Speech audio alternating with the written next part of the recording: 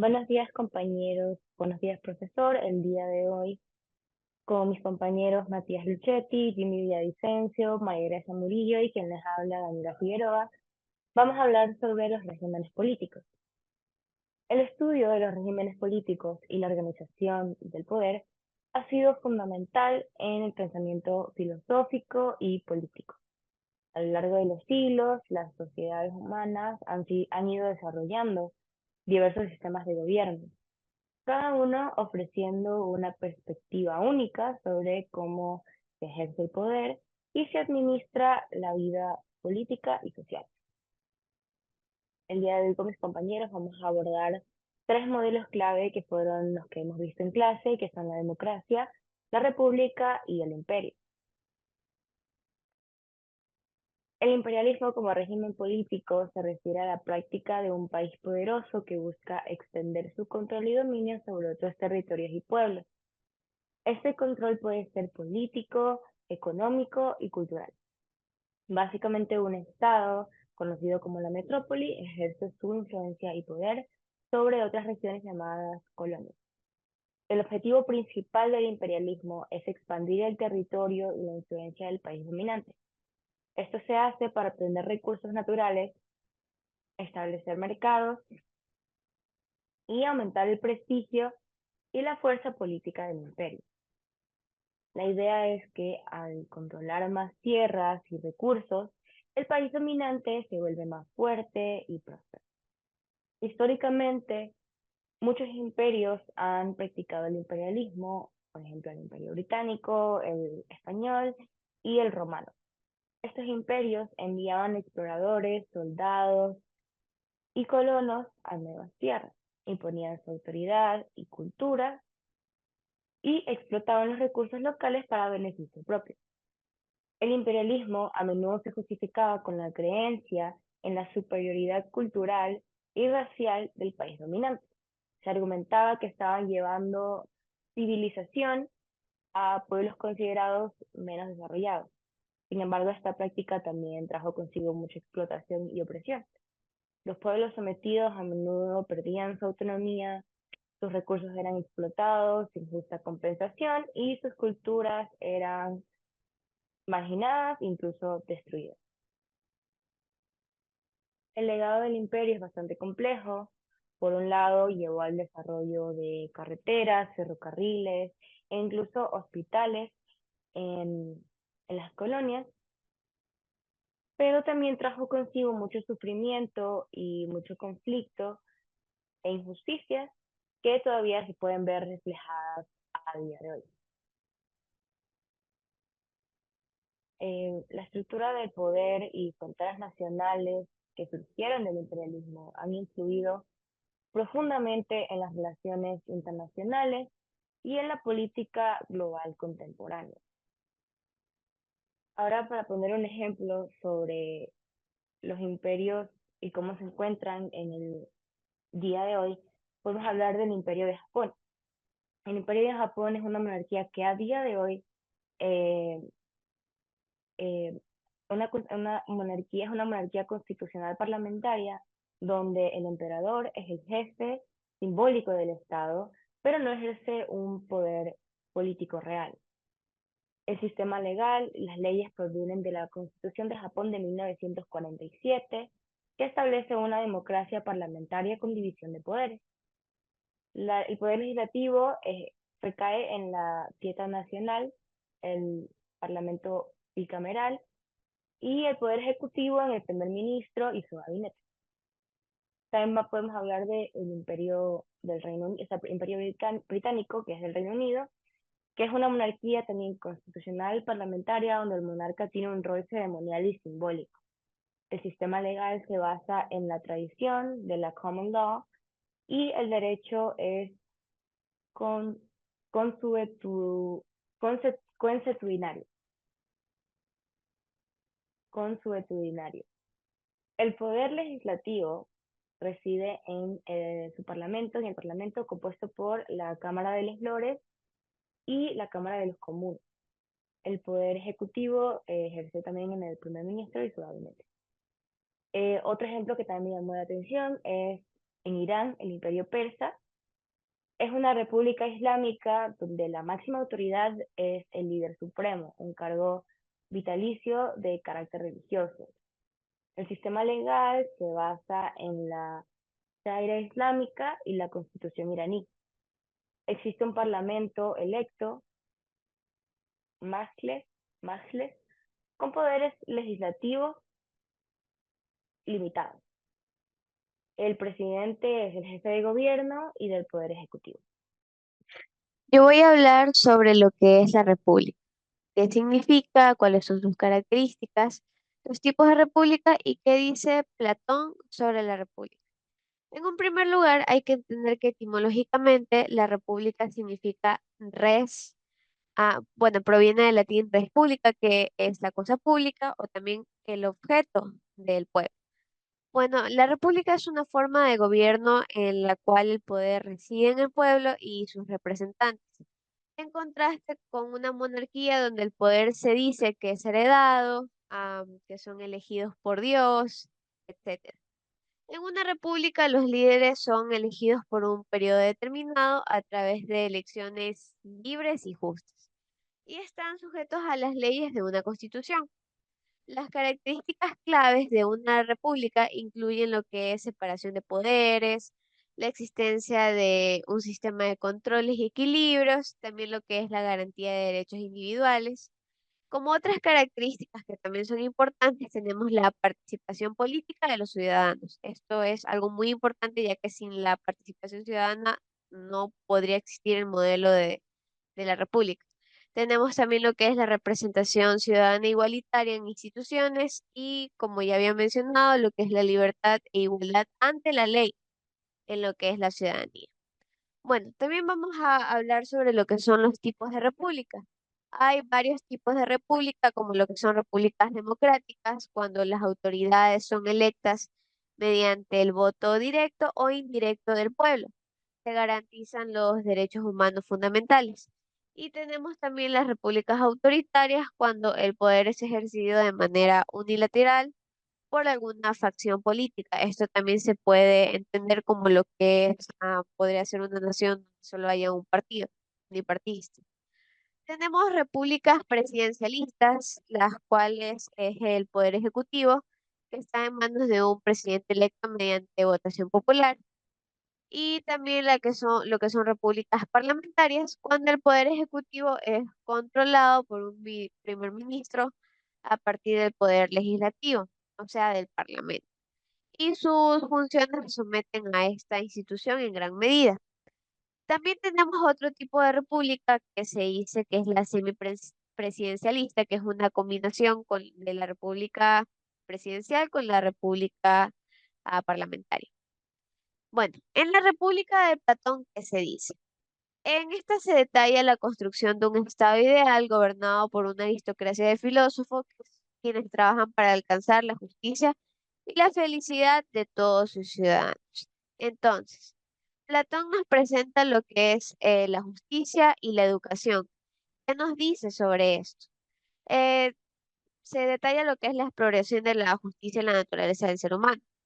Platón analiza que la justicia es necesaria para construir un estado ideal. Se debate sobre si la justicia simplemente significa vivir según lo que le corresponde a cada uno o si realmente beneficia al fuerte sobre el débil. Es algo en lo que incluso Sócrates argumentaba que el justo es más feliz que el injusto. Y en cuanto al tema de educación, se databan lo que son las formas del conocimiento. Se mencionaba la alegoría de la caverna y del sol, donde se exploran los niveles de conocimiento. Se muestran a tres esclavos, los cuales veían proyecciones en una pared y ellos creían que esta era la realidad, hasta que uno logra despertarse y ve cómo en realidad les estaban mostrando esas ilustraciones. Eso, por así decirlo, se puede entender como que la, la educación nos ayuda a trascender, nos ayuda a salir de la ignorancia, nos ayuda a no solo ver algo de una sola manera, sino a ver todo el entorno, de todo el entorno. Tenemos también que se trataba en la República de Platón sobre las clases sociales. Se decía que en la República como estado ideal, surgían tres clases sociales ideales también. En primer lugar, tenemos a lo que son los trabajadores, el proletariado, donde estos simplemente trabajaban para las élites. Como es, también tenemos lo que son guerreros y guardianes, que eran una facción que era muy estudiada, y entre ellos se elegía a lo que vendrían a ser los gobernantes. Estos tenían que ser estrictamente filósofos y cada una de estas clases tenía un rol y educación específica. Buenos días, compañeros, compañeras y profesor. Ahora me toca hablarles a mí sobre Esparta y Atenas. Pues bien, comencemos. Esparta fue una de las ciudades de estado más importantes de la antigua Grecia. Su gran fama provenía de su fuerte y gran poder militar, en donde se formaron no solamente los mejores soldados de toda Grecia, sino también los más temidos. El primer asentamiento espartano fue en el siglo X antes de Cristo, al sureste del Peloponeso, en un área denominada Laconia. Con esto, luego los espartanos comenzaron a buscar más territorios para conquistar y expandir su imperio. Aquellos afortunados que fueron conquistados lograron convertirse y obtener el estado de pericios, perdón, pericos, no, pericios, disculpe, pericios. Bueno, los pericios quería decir que eran habitantes, que eran libres, no eran esclavos, pero no tenían derecho de ciudadanía. Los menos afortunados, pues lamentablemente se convirtieron en iliotas, aquellos que sí fueron esclavizados y eran obligados no solamente a trabajar en los hogares de los espartitas, sino también en las tierras de ellos.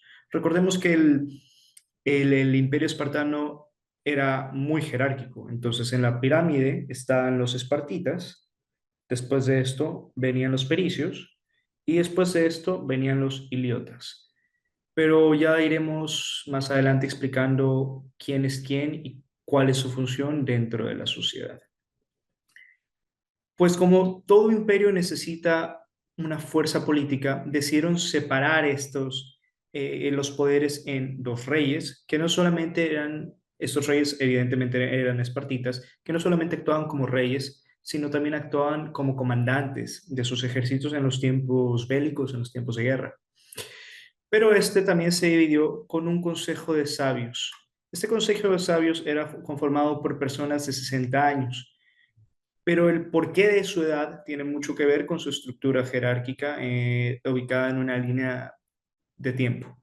A los 7 años, las personas, los jóvenes, los niños, eran básicamente arrebatados de sus hogares y eran obligados a entrenar bajo arduas y rigurosas condiciones, formando así de esta manera a los más mm, fuertes guerreros de toda Grecia. Pasamos de los 7 años a la edad de los 20 años, donde eran obligados a enlistarse en las líneas militares del Imperio Espartano. Y después de esto, desde los 20, 30, 40 y 50 años, ya al tener toda esta experiencia, ya conocer la vida, la muerte, la guerra, la paz, vastos terrenos, estrategias militares, pues podían pasar a conformar parte de, de este consejo de sabios que tenían 60 años. Recordemos que aun cuando eran libres los pericios, eran obligados a pagar también una cuota y también eran obligados a participar en las actividades del imperio.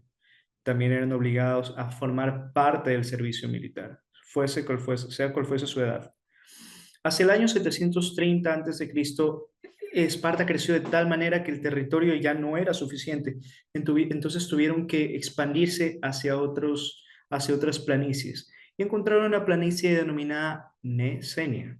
La Mesenia era sumamente fértil, era muy apta para el cultivo. Y recordemos que Esparta, su economía no solamente se basaba en conquista y en guerra, sino también se basaba en su agricultura. No solamente eran bárbaros, sino también eran agricultores. Bueno, no exactamente los espartitas, sino más bien los idiotas, que eran quienes cultivaban sus tierras y se les era obligado a dar un 90% de lo que tenían. Pero como todo gran imperio, empiezan a suceder revueltas sociales y la gente y los espartitas, al estar preocupados de qué sucederá con su jerarquía, deciden formar reformas, reformas de ley. Estas reformas cayeron en manos del espartano Licurgo. Esas rigurosas reformas marcaron un precedente, un antes y un después en la historia de Esparta, así transformándolos en un fuerte campo y estado militar permanente. Las reformas de Licurgo estaban dirigidas por los reyes, que provenían de distintas familias. Ellos eran los principales responsables de los asuntos militares, como dije antes. Fueron los líderes de los ejércitos. Y pues la Jerusia, que era, era básicamente el conglomerado de estos sabios de 60 años, pues prestaban su conocimiento político y pues en la mayoría de los casos siempre votaban a favor. Como no, teniendo un estado militar tan fuerte sobre tus hombros, sería difícil decir que no. Pues bien, ahora vamos a pasar a Atenas. Atenas fue una de las principales ciudades de Grecia, cuna del arte, matemáticas, ciencias naturales, filosofía, teatro, literatura. Era una polis de las polis de su tiempo. Entonces, la ciudad ateniense comenzó como un pequeño asentamiento en la península, en la península Ática, la cual se encontraba ubicada al centro de Grecia. Este asentamiento formó parte de la civilización mesénica entre los años 1100 y 1600 a.C. Después de esto, además, poco a poco fue creciendo y volviéndose cada vez más y más poderosa. Para el siglo 8 antes de Cristo ya se había convertido en una polis unificada. Al principio, Atenas era gobernada por una monarquía. Sin embargo, a partir del siglo 7 antes de Cristo, cayó bajo el dominio de los aristócratas atenienses. Ellos eran dueños de las mejores tierras, controlaban la vida política, la vida religiosa. Básicamente tenían el poder de todos los poderes en ese entonces. Ellos regulaban a través de un consejo de nobles llamado Areópago, el cual estaba conformado por un comité de 9 magistrados. También existía una asamblea de ciudadanos, pero estos tenían poco poder y poca decisión, entonces al final, a la hora de la hora, recaía el poder en estos 9 aristócratas. Debido a la inestabilidad y a la tiranía de ese entonces, se produjeron muchísimas revueltas sociales, lo cual llevó a Atenas al borde y pues a una guerra civil.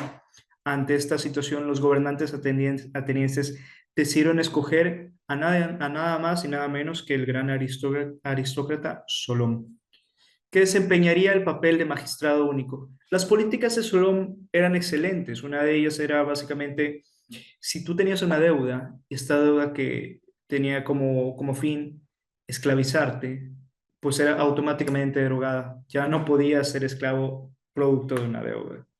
De alguna manera se creó un tipo de garantía jurídica, una proto-garantía jurídica, una proto-democracia, por así decirlo.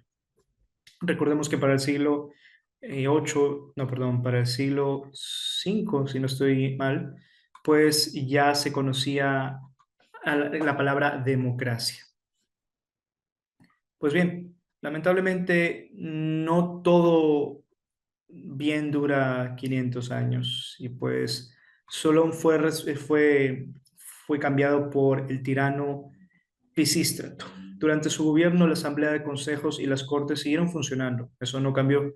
Sin embargo, él se aseguraba de que las personas que estuviesen ahí arriba fuesen siempre a su favor. También se ganó a los esclavos, a los campesinos ofreciéndoles tierras y respaldo a los comerciantes, impulsando su arte, todo su trabajo manual, impulsando el comercio exterior. Su tiranía moderna fue muy popular entre algunos atenienses. Sin embargo, las políticas autoritarias de su hijo no fueron bien recibidas por la población de atenienses, los cuales decidieron ponerle fin a su reinado. Poco después de esto, un aristócrata reformista llamado Clístenes se opuso al plan que se estaba llevando a cabo. Con el apoyo de los atenienses, tomó el poder nuevamente. Llevó a cabo una serie de reformas que crearían las bases democráticas atenienses de Clístenes. Vamos pasando que una de las formas de descentralizar el poder fue dando a las aldeas, unificándolas y haciéndolas parte de la vida política. 50 ciudadanos de cada aldea tenían la facultad de poder tomar decisiones pues, para el desarrollo de su sociedad. Este se le denominó el Consejo de los 500. Estos se encargaban de preparar temas como leyes que serían debatidas en la Asamblea de Ciudadanos. Pero la Asamblea de Ciudadanos era la que tenía finalmente la última palabra, el auténtico concepto de democracia. Esto sucedía a partir de los 18 años. Cuando tú tenías 18 años, ya eras apto para formar parte de los 50 de cada asentamiento, de cada pueblo, y pues al gran conglomerado de los 500 sabios, por así decirlo. Vuelvo a repetir, en el siglo V, en el siglo V antes de Cristo, fue cuando se utilizó por primera vez el término democracia. Atenas poco a poco fue convirtiéndose en una gran potencia militar. No solamente se introdujeron pagos del gobierno para los titulares de los cargos públicos de Atenas, que gracias a esto los ciudadanos más pobres podían costear su participación dentro de los asuntos políticos, porque si recordamos, antes no podían formar parte de, pero gracias a Pericles, el líder ateniense, pues esto fue posible.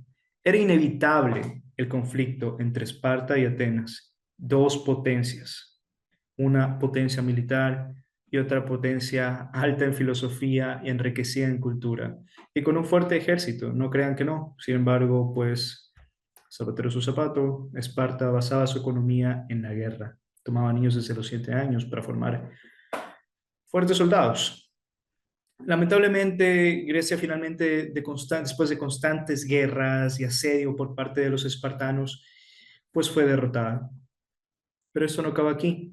Para el año 403 a.C., Atenas recupera nuevamente el poder sobre su población, derrotando a Esparta y convirtiéndose en una de las ciudades-estado más importantes de toda Grecia. Bueno, básicamente eso ha sido todo por mi lado, por mi exposición. Muchísimas gracias, profesor, y pues le paso la palabra a mi siguiente compañero. Bueno, ahora vamos a hablar sobre los modelos aristotélicos. ¿Qué decía Aristóteles sobre la política y sobre el ser humano? Empecemos hablando sobre qué decía Aristóteles sobre el ciudadano, sobre el humano. Aristóteles pensaba que el ser humano es una persona política, definía al ser humano como un ser político, como un ser social. Él definía que los seres humanos necesitaban vivir en ciudades o en comunidades, pero no como una característica de los seres humanos, sino como una necesidad. Porque para poder crecer, para poder vivir bien, el ser humano debería vivir en comunidades donde se pueda desarrollar políticamente.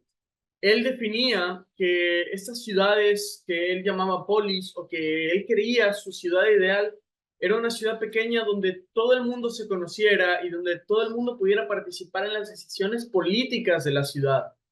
Él definía estas polis como la forma más alta del ser humano, de organización política del ser humano, donde una persona iba a poder participar en todo su entorno, iba a conocer a todas las personas con las que vivía, iba a poder desarrollarse plenamente. Aristóteles también habló sobre diferentes tipos de modelos políticos sobre los que él pensaba.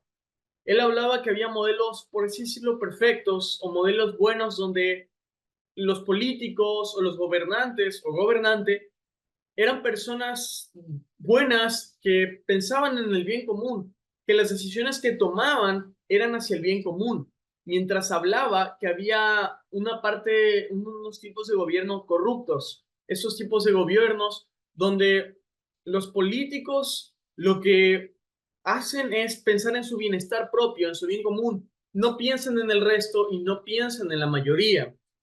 Así que vamos a empezar a hablar sobre ellos. Él hablaba sobre un tipo de gobierno donde una sola persona retiene todo el poder. A veces pensamos que donde una persona retiene todo el poder es malo, pero Aristóteles decía que había un tipo de gobierno que es la monarquía, donde el rey que mantiene todo el poder es una persona buena y piensa en el bienestar común, en el mejoramiento de los súbditos, en el bienestar general de su pueblo y hace reformas para mejorar la calidad de vida de la sociedad, donde incluso puede llegar a escuchar a sus súbditos con sus quejas para solucionarlas. En cambio, tenemos tiranías que incluso esas las podemos llegar a encontrar hoy en día. Hoy en día encontramos a Corea del Norte, se podría llamar una tiranía, un gobierno totalitarista, donde una sola persona retiene todo el poder y es para su bienestar propio, para sus propios intereses, para sus propias metas y pensamientos, donde las decisiones que toman no es a favor de su pueblo, sino es a favor suyo y solo siguiendo sus ideales, sin escuchar ni intentar satisfacer ninguna de las necesidades que tiene su pueblo. Encontramos también a la aristocracia. La aristocracia es un modelo de gobierno donde, bueno, aristocracia o oligarquía, modelos de gobierno, donde el poder es sostenido por varias personas, por una o más personas en un grupo y ellos toman las decisiones en conjunto. Como aristocracia, por ejemplo, tenemos un ejemplo, el que era de Esparta en el siglo V antes de Cristo. Ese tipo de aristocracias son aristocracias, como lo mencionaba Aristóteles, donde las reformas, decisiones que se toman son a favor del pueblo. Y Esparta, gracias a esta aristocracia que se puede llamar, por dar un ejemplo, no es la aristocracia perfecta, no existe tipo de gobierno perfecto tal cual lo describió Aristóteles, pero es algo que se le acerca, donde se volvió un imperio, donde se volvió una potencia militar Esparta, gracias a estas buenas decisiones que se tomaba, donde mantenía un pueblo alimentado, un pueblo fuerte y con una toma de decisiones sabia. Tenemos, en cambio, ejemplos de oligarquías, ¿no? Por ejemplo, Atenas, la ciudad de la que tan reconocida por su política y bueno, llegó a ser una oligarquía en cierto punto. Y esto es lo que demostraba donde Atenas pasó por un periodo oscuro, donde política y civilmente estaba mal, debido a las malas decisiones que tomaban sus gobernantes que no eran a favor común, sino eran a favor propio. Esto es lo que pasa en todos los tipos de gobiernos que son a favor propio, siempre son inestables o tienen muchos problemas y socialmente se van en contra de la sociedad, del pueblo, porque en vez de pensar en el bien común, piensan en el bien de unos pocos. Tenemos como ejemplo una república. ¿Qué podemos definir como ejemplos de república? Aristóteles lo llamaba como el tipo de gobierno perfecto, donde el gobierno es de todos los ciudadanos, donde el poder es, por así decirlo, retenido por todos, donde todos tenían voz y voto. Repúblicas, no se encontró, no hay un ejemplo de la república que mencionaba Aristóteles. Hubo repúblicas como la República Romana, tipos que no se le acercaron nunca a la república que mencionaba Aristóteles, donde el bien era de todos, donde las personas que votan, incluso las personas que uno decide para que sean representantes, o incluso los mismos votantes, no solo pensaban en ellos, no solo pensaban en su bienestar, sino pensaban en el bien común. Y por último, muy contraproducente, o por así decirlo, que es contradictorio, la democracia, que hoy en día tenemos la idea arraigada de que la democracia es el mejor modo de gobierno, pero vemos que Aristóteles no lo veía así. Aristóteles decía que la democracia era cuando la república, un gobierno donde el poder es sostenido por todos, las decisiones se toman pensando en los propios intereses, en los intereses, incluso este tipo de gobiernos se vuelve propio, se vuelve, por así decirlo, oligárquico, porque el poder se llega a concentrar en unos pocos. Democracias como las de Estados Unidos, otros países donde las decisiones tomadas son siempre a favor de unos pocos y no a favor del pueblo y sin pensar en el pueblo. Aristóteles pensaba y habló sobre estos tipos de diferentes de gobierno, donde hablaba sobre el ser humano y filosofaba sobre sus diferentes formas de gobierno. Él creía que la mejor manera de vivir y ser ciudadano era una persona, como ciudadano la definió una persona que participaba activamente en política, que se preocupaba por el resto y siempre estaba pensando en el bienestar de los demás al momento de sus tomas de decisiones políticas. Reconocer y analizar estos modelos nos permite apreciar la diversidad de soluciones que las civilizaciones han encontrado para enfrentar los desafíos de la gobernanza, pero también nos advierte sobre los peligros de la concentración excesiva de poder y la falta de mecanismos de rendición de cuentas, etcétera. Al comprender las virtudes y deficiencias de los regímenes pasados, podemos construir sistemas políticos más justos, estables y prósperos en el futuro. En un mundo cada vez más interconectado, donde las decisiones de un gobierno pueden tener repercusiones globales, es crucial fundamentar el estudio crítico de la historia política para promover sociedades más equitativas y resilientes. Reconocer los legados de los regímenes anteriores nos brinda una perspectiva necesaria para navegar los desafíos contemporáneos y forjar un futuro más prometedor para todas las naciones. Muchísimas gracias.